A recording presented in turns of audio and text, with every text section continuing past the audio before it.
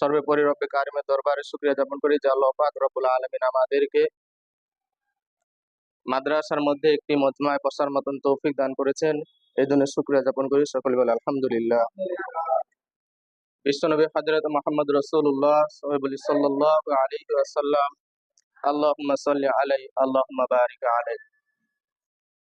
সংক্ষিপ্ত দিয়ে একটি কথা, যেহেতু বই বিতরণ এবং এদিকেই বসি,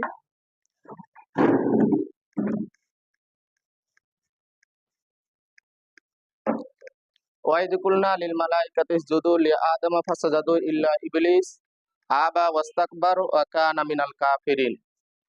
আল্লাহ পাক রব্বুল আলামিন যখন হযরত আদম আলাইহিস সালামকে সৃষ্টি করলেন, সৃষ্টি করার পরে সমস্ত ফেরেশতাদেরকে বলেছিলেন সিজদা করার জন্য। একমাত্র ইল্লা ইবলিস, ইবলিস বাদ দিয়ে সবাই সিজদা করেছিল। একটি সিজদা করতে বলা হয়েছিল ইবাদতের ক্ষেত্রে নয়, সম্মান এবং মর্যাদার ক্ষেত্রে। কিন্তু একটি সিজদা না দেওয়ার কারণে সে ইবলিস হয়ে গিয়েছে, জাহান্নামের সর্দার হয়ে গিয়েছে।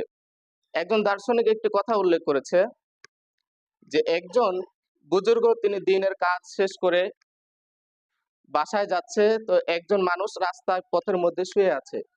তো তার মাথাও দেখা যাচ্ছে না, তার পাও দেখা যাচ্ছে না। তো তিনি সালাম দিচ্ছে আসসালামু আলাইকুম, আবার সালাম দিচ্ছে আসসালামু আলাইকুম, সালামের কোনো উত্তর বা জবাব আসতেছে না। এভাবে একবার, দুইবার, তিনবার সালাম দেওয়ার পরে অকাট্য ভাষায় একটা উত্তর দিচ্ছে।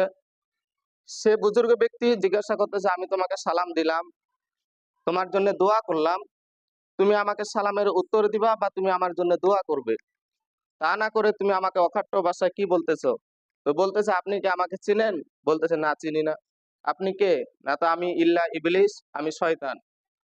তো বুজুর্গের এবার কৌতূহল জেগেছে যে আমি হাদিসে পড়েছি যে শয়তানেরা যেদিন থেকে শয়তান হয়েছে সেদিন থেকে কিয়ামত হওয়ার আগ পর্যন্ত এক সেকেন্ডও সে রেস্ট করার সময় পাবে না, শুধুমাত্র মুসলমানদেরকে ধোঁকা দিয়ে যাবে।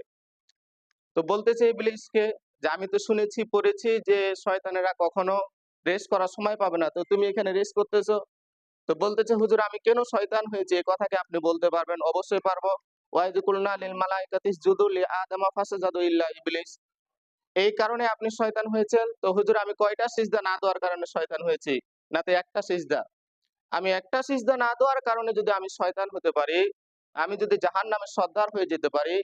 এমনও মুসলমান আছে যে যারা 1 মাস নামাজ পড়ে না, ফরজ সিজদা বাদ দিচ্ছে। একদিন যদি সিজদা বাদ দেয়, ফরজ সিজদা, নফল সুন্নাত বাদ দিয়ে, তাহলে 34টা সিজদা হচ্ছে সম্ভবত। তো একদিন যদি সে সালাত বাদ দেয়, তাহলে 34টা সিজদা সে বাদ দিচ্ছে। 1 সপ্তাহ বাদ দিলে কতগুলো হচ্ছে? 1 মাস বাদ দিলে কতগুলো হচ্ছে? 1 বছর বাদ দিলে কতগুলো হচ্ছে? এমনও মুসলমান আছে 1 যুগ ধরে নামাজ পড়ে না, এমনও মুসলমান আছে 2 যুগ ধরে নামাজ পড়ে না।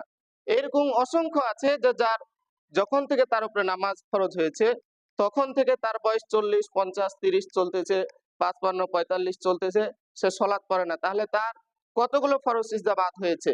আমি একটা ফরজ সিজদা না দেওয়ার কারণে আমি যদি জাহান্নামের সর্দার হয়ে যেতে পারি, আমি যদি ইবলিস হয়ে যেতে পারি, তাহলে যে ব্যক্তিটি 1 যুগ ধরে নামাজ পড়ে না, সে তো তাহলে আমার গুরু হয়ে গিয়েছে, আমি তার শিষ্য হয়ে গিয়েছি। কারণ আমি একটা সিজদা বাদ দিয়েছি, আর সে বছরে তাহলে কতগুলো সিজদা বাদ দিচ্ছে। এই কারণে আমরা যে হালতে থাকি না কেন, আল্লাহ পাক রব্বুল আলামিন যেমন বলতেছেন, ইয়া আইয়ুহাল ইনসানু মা গররাকা বিরাব্বিকাল কারীম আল্লাযী খালাকাকা ফাসাওয়াকা ফাআদালাক। আমাদেরকে যে কোনো ধোঁকাতে যেন আমাদেরকে নামাজ থেকে যেন শয়তান যেন বিরত না করতে পারে। আউয়ালু মা ইউহাসাবু বিহিল আবদু ইয়াউমাল কিয়ামাতিস সালাহ। এই সালাতটাই দিয়ে কিন্তু কিয়ামতের হিসাব শুরু করা হবে।